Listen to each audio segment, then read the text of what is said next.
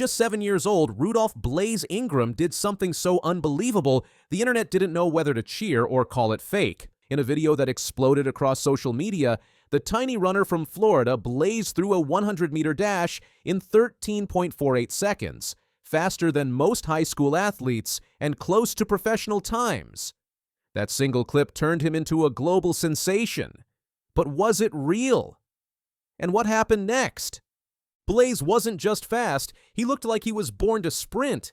In that viral video, the way he exploded off the starting blocks and left every other kid behind made people do a double take. His legs moved like pistons. His form, flawless. His time, unreal. To put it into context, Usain Bolt's world record is 9.58 seconds. For a 7-year-old to clock 13.48 is almost unheard of. And that's what made people stop scrolling and start talking. As the video made its rounds, news outlets began picking it up. Some labeled him the fastest kid in the world. Others wondered if the time was accurate or if something about the video was off. But what couldn't be denied was that this little boy had serious talent and the mindset to match. His Instagram, run by his father, quickly exploded with followers. One clip led to a wave of attention, and today, over 733,000 people follow his journey. And Rudolph wasn't just running fast. He had the build of a miniature athlete, muscles, definition, even a six-pack. Yes, a six-pack. At 5 years old, coaches and sports fans everywhere began asking, is this the future of American sprinting, or just a viral moment? His dad, Rudolph Ingram Sr., made it clear this wasn't a gimmick. He's very quick, he told BBC Radio. His feet go up and down so fast, if you're coming out slow, you're in trouble. Blaze's drive was evident from the start. He didn't just want to win, he needed to. That hunger, that competitive fire, is what separated him from every other kid on the track. By the time he was 7, Blaze wasn't just racing locally, he was crushing national events, smashing age group records, and building a reputation as a once-in-a-generation athlete. One race after another, he left older kids in the dust. His 60-meter dash was just as impressive, 8.69 seconds. Again, outrageously fast for a child that age. But not everyone was convinced. As Blaze's fame grew, so did the scrutiny. Internet skeptics questioned everything. Was the track accurate? Were the timers legit? Was the distance even a full 100 meters? Some experts pointed out that kids can sometimes look faster on video due to perspective or camera angles. Others insisted it had to be real. Regardless of the controversy, Blaze kept running. He didn't let the noise slow him down. In fact, the buzz seemed to fuel him. And it wasn't just track and field he excelled at, he also dominated on the football field playing for the Tampa Ravens youth team. His agility, speed, and focus made him a threat on every play. Just like on the track, he outran everyone. Fast forward to today, and Blaze is no longer just a viral star. He's 13 years old now and still turning heads. While he hasn't matched that 13.48 as a teenager, he continues to train, compete, and prove he's more than just a one-hit wonder.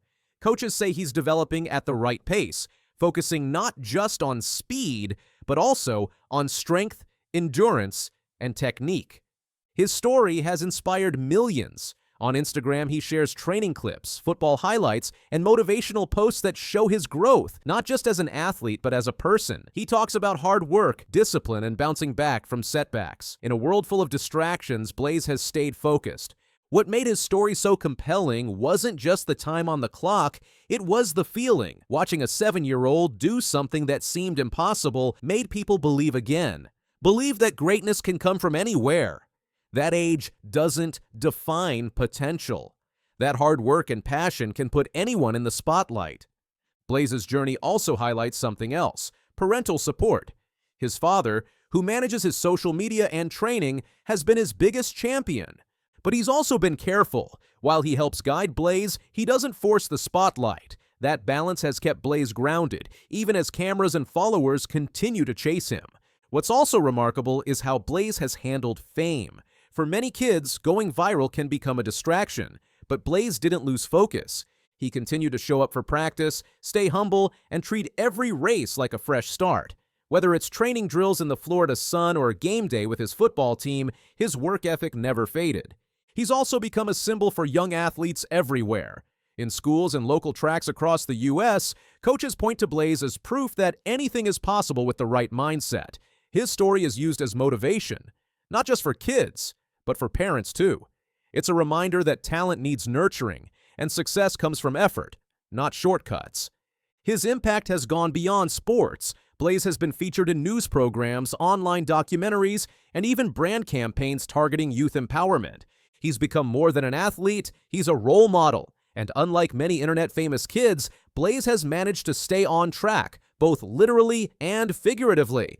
As he enters his teenage years, his path could go in many directions. Maybe he focuses fully on track and sets youth records that stand for decades. Maybe football becomes his main game, and he earns a scholarship to a top school.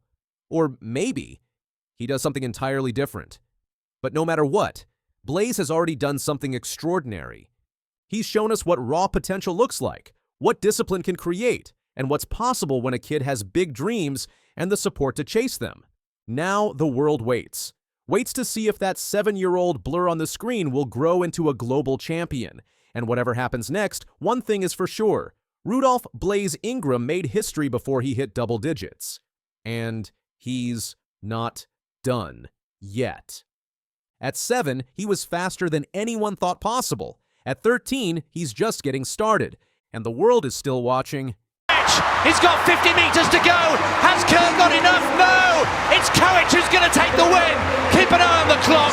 3:28.82. When everyone thought Kenya was done, one teenager proved them all wrong. The world never saw it coming. Kenya has always been famous for its middle-distance runners, but lately, their grip on the 1,500 meters seemed to be slipping. Other countries were getting stronger, with big names like Joshua Kerr, Jacob Ingebrigtsen, and Cole Hawker aiming for the top. Kenyan runners started falling behind, and people began saying Kenya just didn't have any young talent left to compete at that level. It felt like their time was over. Then Fanu Kipchoge stepped in and changed everything. In June 2025, Coach, only 18 years old, shocked the athletics world in Paris. He ran the 1,500 meters in an unbelievable 3 minutes 27.72 seconds, breaking the world under 20 record by over a second. The previous record was 3 minutes 28.81. But he smashed it like it was nothing. Everyone watching was stunned. Here was a teenager in just his second ever 1,500 meter race, running one of the fastest times in history. Just think about it. It was only his second time ever running the 1,500 meters, and he finished with the mind-blowing time of 3 minutes 27.72 seconds. Early life, the making of a middle-distance powerhouse. Coach's journey to becoming a middle-distance star started early. He was born on December 1st, 2006 in Kiwapmwai, Uasin Gishu County, Kenya. He was the youngest of 10 children and grew up with his mother because his father passed away before he was born. While in primary school, he discovered his love for running, and it quickly became clear he had a special talent. He attended St. Francis Kimeron School near Aitan, a renowned institution for producing exceptional Kenyan runners. Even legends like David Rudisha studied there. By 2024, Coach was already making a name for himself in national competitions. He ran an impressive 1 minute 46.93 seconds in the 800 meters and did well at the U20 championships in Lima. But his real breakthrough came in March 2025. That's when he joined Coach Claudio Berardelli's training group, which included other top talents like Emmanuel Wanyonyi. With this new coaching and training, Kipchoge improved fast. Just a few months later, at the Paris Diamond League, he shocked everyone with his incredible 3:27 run. Suddenly, Kenya had found its new superstar, underdog, no longer from Paris to Ostrava. But Paris wasn't just a lucky day. Only a few days later in Ostrava, he proved it again by setting another meeting record. It showed that his rise wasn't by chance. He was here to stay. Every race he ran was bold and confident, like he was making a statement to the world. And a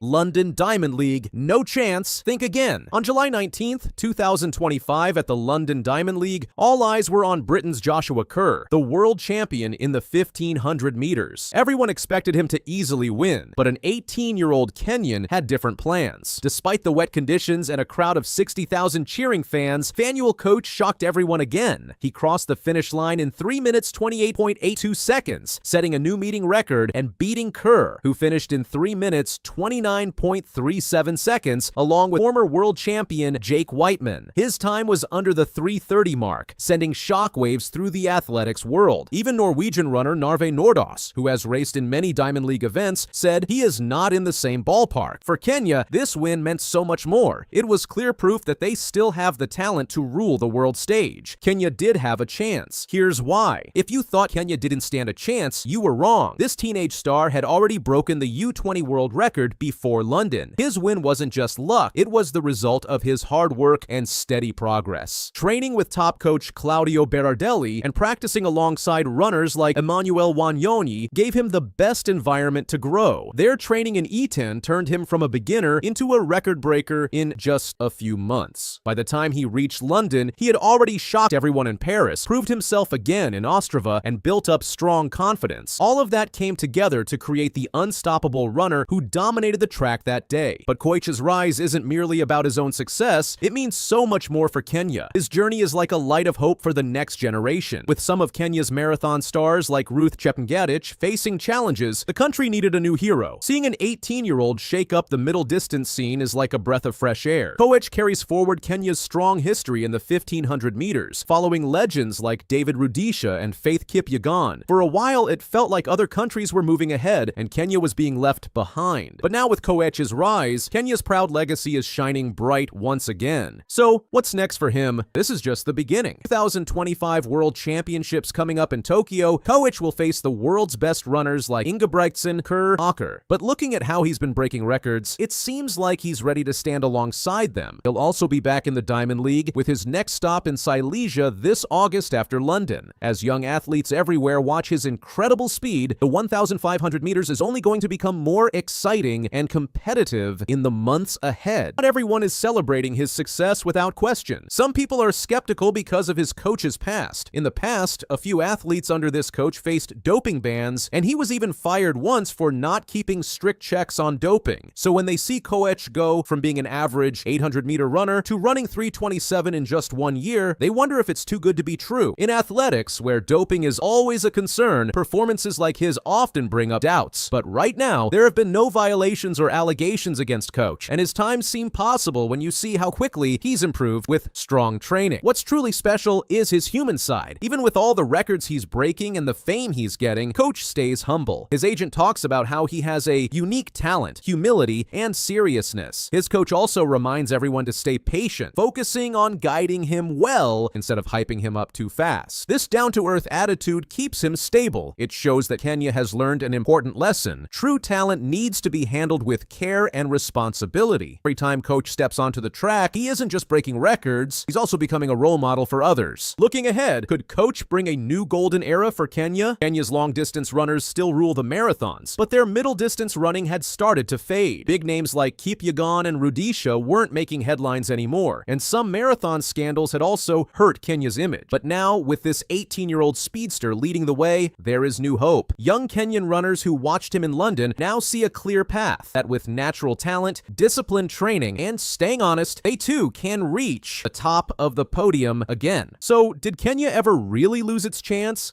Their chance became reality because of Fanu Kipchoge and his record-breaking runs. In Paris, Ostrava, and London, he showed the world that Kenya isn't just part of the race, they can lead it. He didn't just set a new meeting record, he crushed all doubts, brought back Kenya's proud legacy, and gave his country hope again. As Tokyo and future competitions come closer, everyone will be watching this 18-year-old, not just as a rising star, but as a real threat to the world's best. Powering down the home straight, he's celebrating early, he's a star man, he's a star! What a performance by Marco Langan! 3:53. With 70 meters still to go, Marco Langan did something different. He raised his hand, looked at the crowd, and started celebrating mid-race. But this wasn't arrogance, it was redemption. Just weeks after a heartbreaking loss at the NCAA championships, Langan turned pain into power and delivered a mile finish so bold, it's now being called one of the most unforgettable moments in modern track history. Just 1 month earlier, Langan had experienced heartbreak at the NCAA championships Championships in Eugene. Despite being favored to win, he finished third in a race he desperately wanted to claim. The 3:33 1500-meter runner had poured everything into that championship race, only to fall short when it mattered most. But on this evening in Ireland, Langan wasn't going to settle for third place again. The 71st edition of the Cork City Sports had assembled an international field that read like a who's who of middle-distance running. 16 runners lined up for the men's mile, with 15 racers and one pacemaker ready to attack the 4-minute barrier. The field included Matthew Ramsden from Australia, a former 351 miler who had finished 6th at the World Under-20 Championships back in 2016. Santiago Catruf from Uruguay brought serious credentials as the South American 5,000-meter record holder with a time of 12:59, which he had set at the Paris Diamond League. Joe Wigfield represented Great Britain as a strong middle-distance threat, while Callum Davies of Australia, a 25-year-old sports scientist from Queensland, had run 3:37 for 1,500 meters and performed well at previous Cork City Sports and Morton Games. The race began with Jack Ulier serving as the pacemaker, breaking from near the outside while the racers lined up from the inside. The tempo was aggressive from the start, with athletes immediately forming a single file behind the pacemaker. This formation indicated serious intentions from the field, as runners positioned themselves for what promised to be a fast race. Ramsden slotted in directly behind the pacemaker, his eagerness evident as he nearly tripped over Ulier in the opening 200 meters. The Australians' aggressive positioning forced the pace, and the field began to spread out as they approached 300 meters. Wakefield moved into third position behind Ramsden, while Davies settled into fourth place. As the runners passed 600 meters, Ramsden continued to push the pace from second position. The commentators noted his class as an athlete, despite his recent struggles with form. While he had previously run 3:34 and 3:35, recent years had seen him closer to the high 3:30s or low 3:40s. The early pace suggested he was ready to return to his best form. At 700 meters, the pacemaker Ulier stepped aside, but not without some confusion. He interfered with several athletes before finally getting off the track, leaving Ramsden alone at the front with significant work ahead of. Wigfield maintained second position, while Catruf began his move on the outside, using the strength that had earned him that South American 5,000-meter record. Ramsden's time at the front proved brief. The early pacemaking effort took its toll, and he began to fade back through the field like a pebble through water, as the commentators described it. The pace picked up again as Catruf and Wigfield took control, with Langan positioned perfectly on Catruf's shoulder with 400 meters remaining. The commentators noted Langan's positioning, observing that he won't be third tonight. The Villanova runner appeared comfortable and controlled, drawing on his 5,000-meter strength as the race entered its decisive phase. A gap began forming between the leaders and the two Australians, Davies and Ramsden, who had dropped back to fourth and fifth positions. With 300 meters remaining, Langan made his decisive move. The commentators captured the moment. Hard around this bend, he is putting these men to the sword. He is using that. He is putting these men to the sword. He is using that 5,000-meter strength. Not, Catruf attempted to respond, but Langan's acceleration proved too strong. Wigfield remained in contention, but the gap continued to grow as Langan powered around the bend. At 200 meters to go, Langan had established clear separation from the field. Catruf had nothing left to give, and Wigfield couldn't match the American's finishing speed. Langan continued to pull away, and it became clear that no one would challenge him from behind. The celebration began with 70 meters still remaining. Langan raised his hand, looked left and right, and waved to the crowd. The commentators captured his personality. He's celebrating early.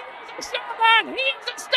He is a showman. He is a star. He crossed the finish line in 3:54 on the clock, later confirmed as 3:54.60, a new personal best that took 1/10 of a second off his previous mark. Catruf held on for second place, while Louis Milan came through for third in a breakthrough performance. Mullen had entered the race with a personal best of 4 minutes and 1 second, but he didn't just break the 4-minute barrier. He demolished it with a time of approximately 3 minutes and 56.9 seconds. The Irishman's performance demonstrated the quality of the field and the fast conditions on the night. Langan twisted his ankle slightly as he crossed the finish line, but the injury proved minor compared to the magnitude of his celebration. The emotional investment that drove his performance had roots in his approach to competition, which he had articulated after his NCAA championships disappointment. "I'm scared as hell when I get out here. I'm shaking. I'm nervous," Langan had explained in his post-NCAA interview. NCAA track.